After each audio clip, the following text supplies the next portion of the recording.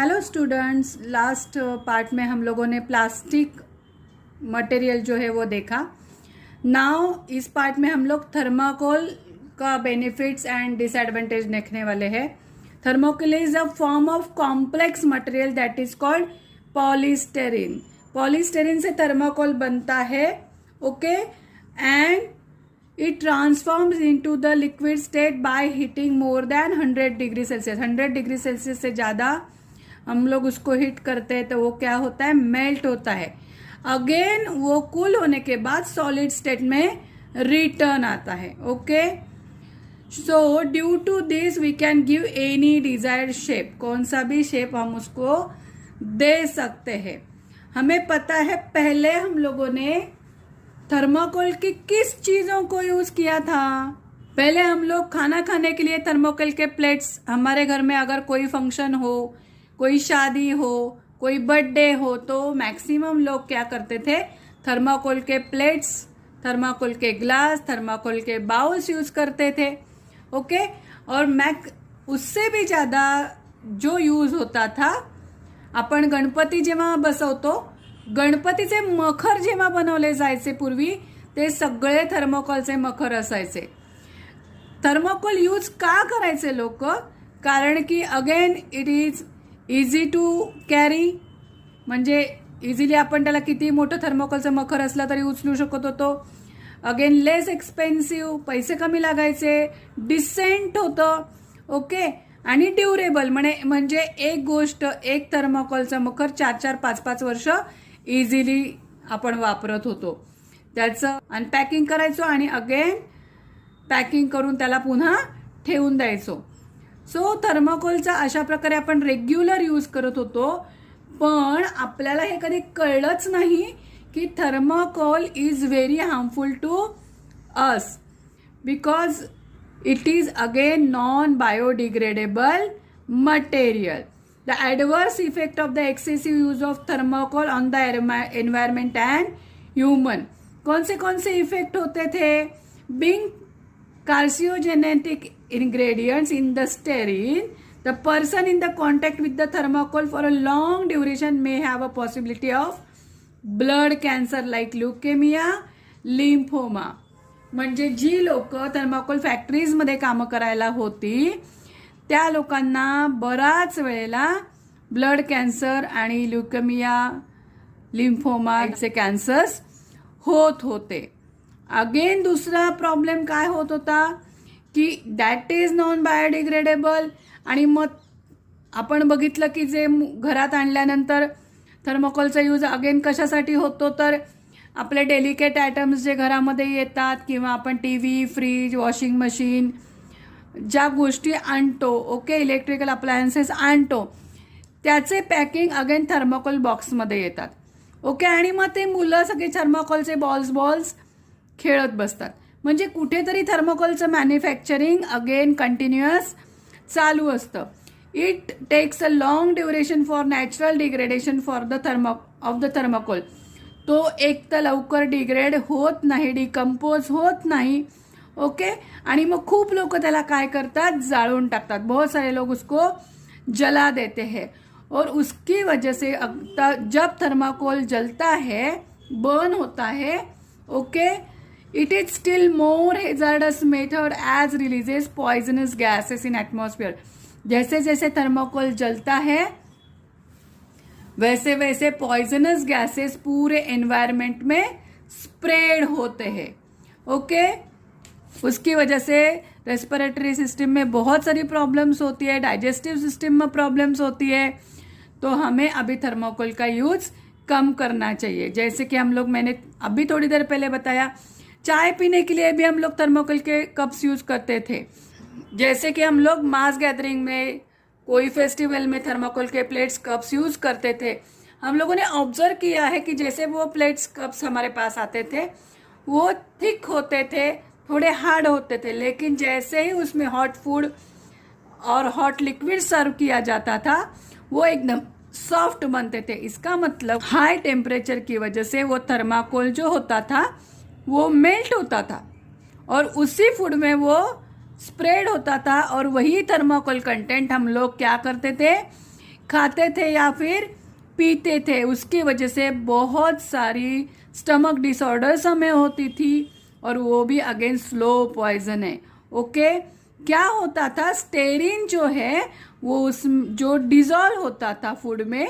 Okay, और क्या होता था, हमारे हेल्थ को बहुत सारी प्रॉब्लम्स होती थी। और effects on the person working in thermocol factory, जो वर्कर्स थर्माकोल फैक्ट्री में काम करते थे उनका हमेशा उस थर्माकोल से क्या होता था, कांटेक्ट होता था। मतलब person staying in contact with the thermocol for a long term, उनको क्या क्या प्रॉब्लम्स होती थी। उनके आईज में प्रॉब्लम होती थी, आंखों में जलन होती थी, इचिंग होती थी, रेस्पिरेटरी सिस्टम में प्रॉब्लम होती थी, जैसे वो लोग इनहेलेशन एक्सेलेशन अच्छी तरीके से नहीं कर पाते थे, अस्थमा का प्रॉब्लम होता था, कफ एंड कोल्ड का प्रॉब्लम होता था, अगेन स्किन इन्फेक्शंस होते थे, स्किन कैंसर्स होते थे, डाइजेस्टिव सिस्टम में भी प्रॉब्लम आता था, फूड डाइजेस्ट नहीं होता था।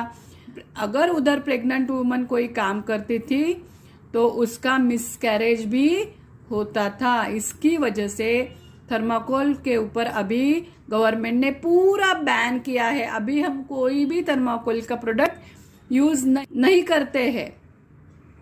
लिक्विड स्टेरिन में कॉज अ स्किन बर्न्स, वो जो लिक्विड स्टेरिन है उसकी वजह से हमें स्किन बर्न भी होता है। So please don't use the thermocol. पहले हम लोगों ने जो भी किया है, अभी हमें पता चला है कि किस थर्माकोल का, प्लास्टिक का कितना डिसएडवांटेज है। That's why we have to take care कि हम इसका मिनिमल यूज करें। Can you observe this? This is a sugar bowl which is made up of glass. Okay, this flower pot also made up of glass.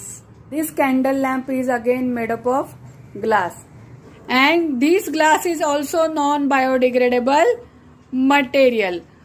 हम regular life में कांच का use बहुत करते हैं, जैसे कप एंड सॉसर्स है, दिस ग्लास है, लैम्प्स है, यूटेंसिल्स है, okay, to store the food. तो ये कांच की डिस्कवरी कैसे हुई, कांच कैसे तैयार हुई, वही हमें देखना है।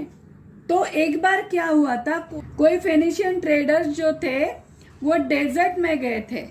ओके, तो उनको डेजर्ट में जाने के बाद खाना बनाने के लिए उन्होंने क्या किया था, खाना बनाने के लिए उन्होंने जो बर्तन जिस पत्थर पे रखा था वो पत्थर लाइमस्टोन का था। ओके, क्योंकि हम लोग मराठीमध्ये म्हणतात चुलीवर जेवण बनवतात, तर ती चूल बनवण्यासाठी त्यांनी लाईमस्टोन, चुनखडीच्या दगडाचा वापर केला होता, आणि त्या दगडांवरती त्यांनी भांडं ठेवलं होतं अन्न शिजवण्यासाठी। स्वयंपाक झाल्यानंतर थोड्या वेळाने त्यांच्या लक्षात आलं की तिथले जे वाळूचे कण आहेत ते ट्रान्सपरंट झालेले आहेत। काय झालेत? ट्रान्सपरंट झालेत, पारदर्शक झालेत। आणि मग त्यांच्या लक्षात आलं की वाळू म्हणजे सँड आणि लाईमस्टोन एकत्र जेव्हा हिट केले जातात त्याच्यापासून ट्रान्सपरंट मटेरियल बनते आली। त्याच्यावरून त्यांनी शोध लावला की काच कशी तयार होते, की whenever the limestone and sand heated together that time it will be a transparent. Okay, हे कळल्यानंतर मग त्यांनी काचेचा शोध लावला। सिलिका का मॉलिक्यूलर फॉर्म्यूला है SiO2, that is sand.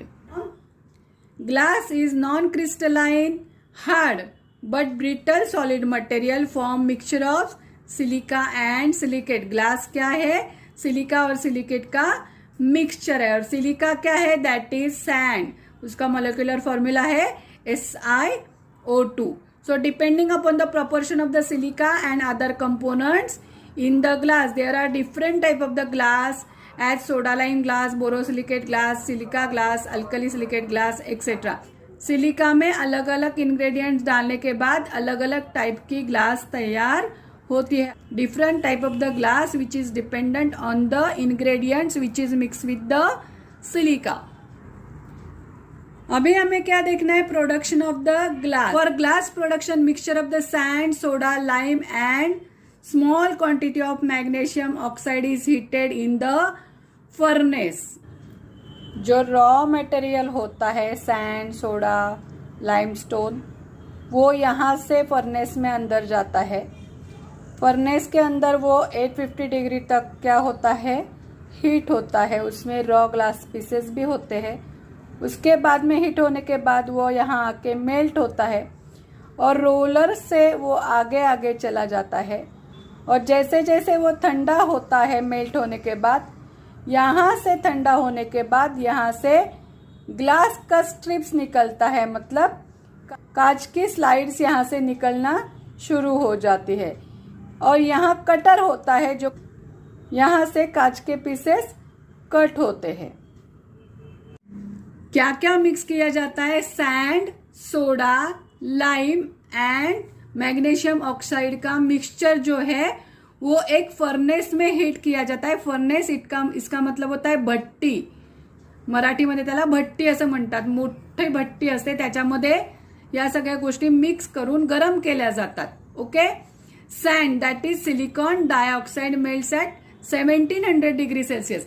1700 degree सेल्सियसला ते या सिलिकॉन डायऑक्साइड मेल्ट होतं, वितळतं। Okay. So as to melt the mixture at the low temperature, pieces of the discarded glass are added to it.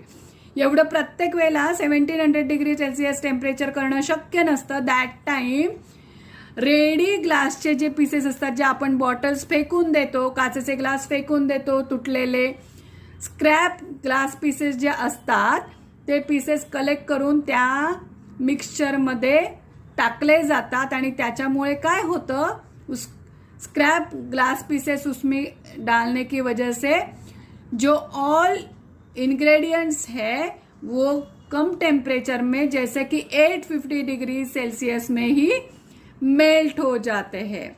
Once all ingredient mixture are liquified, 850 degree Celsius में ही melt होते हैं, क्योंकि उसमें scrap glass pieces add किए थे। Okay. और उसकी वजह से 850 डिग्री सेल्सियस में अगर वो मेल्ट होते हैं तो उसको 1500 डिग्री सेल्सियस तक अगेन हीट किया जाता है। उसके बाद में वो इमीडिएटली कूल भी होता है, जल्दी ठंडा भी होता है। Due to sudden cooling the mixture become homogeneous, amorphous and transparent instead of crystalline. Sand होती है जो रफ होती है। Okay.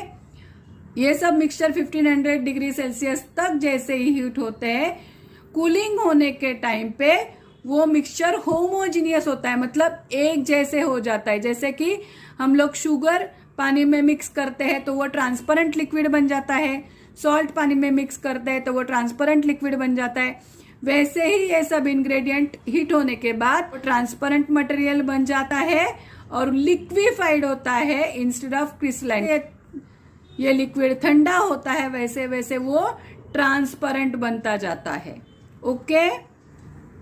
Now we want to see the properties of the glass. Glass की कौन सी प्रॉपर्टी है? एक तो ग्लास क्या है, on heating glass become soft and can be moulded into any shape. जैसे ही ग्लास का लिक्विड ठंडा होता जाता है वो सॉफ्ट बनता है और उसको किसी भी शेप में कन्वर्ट किया जा सकता, जैसे इस शेप में उसको बनाया गया है। This is again another shape. So अलग अलग टाइप में ग्लास को मोल्ड किया जा सकता है। Okay. Now density of the glass depends on the ingredient. जिस टाइप के इंग्रेडिएंट्स मिक्स किए जाते हैं बेसिक मिक्सचर में, उस टाइप में उसकी डेंसिटी चेंज होती जाती है। Glass is slow conductor of heat and electricity, that's why जब हम ग्लास टॉप वाले गैस बर्नर लेते हैं तभी हमें बताया जाता है कि जैसे ही आप खाना बनाते हो उसके ऊपर खाना बनाने के बाद तुरंत आपको वो गैस स्टोव वॉश नहीं करना है, अदरवाइज वो क्रैक हो जाएगा। मतलब क्या है कि कांच की ये प्रॉपर्टी है, जैसे ही कांच गर्म होती है तो उसके ऊपर ठंडी कोई भी चीज रखनी नहीं चाहिए, ठंडा पानी नहीं गिरना चाहिए, ठंडी चीज कोई भी रखनी नहीं चाहिए, नहीं तो अपोजिट टेम्परेचर की वजह से ग्लास क्रैक होता है। या फिर तो अगर ग्लास बहुत ठंडी है और उसके ऊपर अगर हम लोगों ने कोई भी गर्म चीज रख दी तो भी वो क्रैक होती है। मतलब सडनली अपोजिट टेम्परेचर ग्लास के ऊपर आ गया तो ग्लास क्रैक हो जाती है, ब्रेक हो जाती है. Okay, glass is the bad conductor of electricity, that's why it is using as a insulator and electrical appliances. अभी स्विच बोर्ड वगैरह भी बहुत सारी चीजें ग्लास की बनने लगी है. Being a transparent most of the light passes through the glass. Okay, glass material जो ट्रांसपेरेंट है उसकी वजह से वहां से ऑटोमेटिकली जो लाइट होता है वो पास होता है. अभी हम लोग ये देख रहे हैं हमारा ग्लास ट्रांसपेरेंट है, फिर भी नीचे के जो लेटर्स है हम लोग इजीली पढ़ पाते हैं. ओके, उसी तरह से ग्लास से ही ट्रांसपेरेंट होने की वजह से लाइट भी इजीली पास होता है, इसलिए हम लोग विंडो पेन्स भी ग्लास का ही लगाते हैं. Okay, so again however if there are oxides of either chromium, vanadium and iron in the glass, a large amount of the light absorb. Chromium, vanadium और आयन होने की वजह से ग्लास लाइट एब्जॉर्ब करते हैं और मैक्सिमम टाइम हम लोग डे नाइट ग्लास का स्पेक्स यूज करते हैं तो वो क्या करता है, हीट एब्जॉर्ब करता है. हमारे घर के विंडो पेन्स में भी डे नाइट ग्लास बिठाई जाती है, protection from the sunlight. Next part में हम different type of glass and उसके यूजेस देखेंगे.